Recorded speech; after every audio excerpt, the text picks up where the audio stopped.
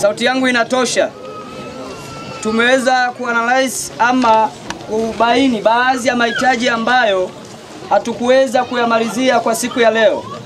Tunamshukuru sana mgeni wetu rasmi kwa kuweza kutambua na kuweza kuchangia vifaa hivi ambavyo vitaleta chachu na maendeleo katika masomo ya wanafunzi, aidha wanaomalizia muda wao na wanaobaki.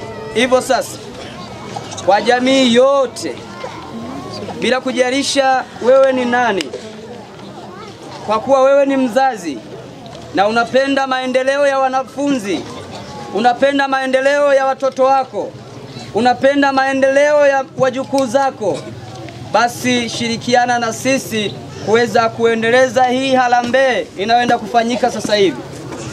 Tuna uhitaji wa shilingi milioni 1 kwa ajili ya kukamilisha walau waandishi wa habari hapa, angalau wewe wanafuatilia taarifa ya habari, waone dunia inaendaje.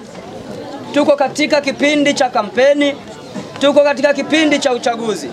Hivyo TV hii itawasaidia kuweza kujua Mheshimiwa diwani ana mpango gani na Mganza yetu.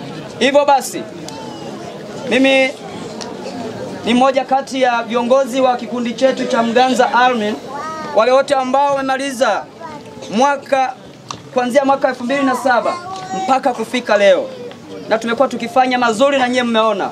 Kukitokea misiba tunawasilisha lambilambi kwa muda. Mtu anaolewa tunatoa pesa, mtu anaoa tunatoa pesa, na mimi ndiye mhasibu wa grupu hilo ama kundi hilo la WhatsApp.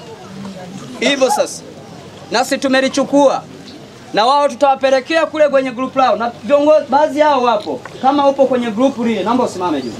Kwa wale wote ambao wamemaliza, karibu sana. Simameni. Ndugu zanguni, nimewasimamisha hao kwa sababu wao wenyewe wamekuwa ni wahanga kuchangia michango yote inayotokea katika kata yetu ya Mganza. Haijalishi iwe ni msiba, iwe ni ndoa, tunachanga. Niwape pole, juzi kulikuwa na msiba ambao umetokea na bahati nzuri tumefika, basi tunawapeni pole, lakini lambilambi zetu tuliwasilisha.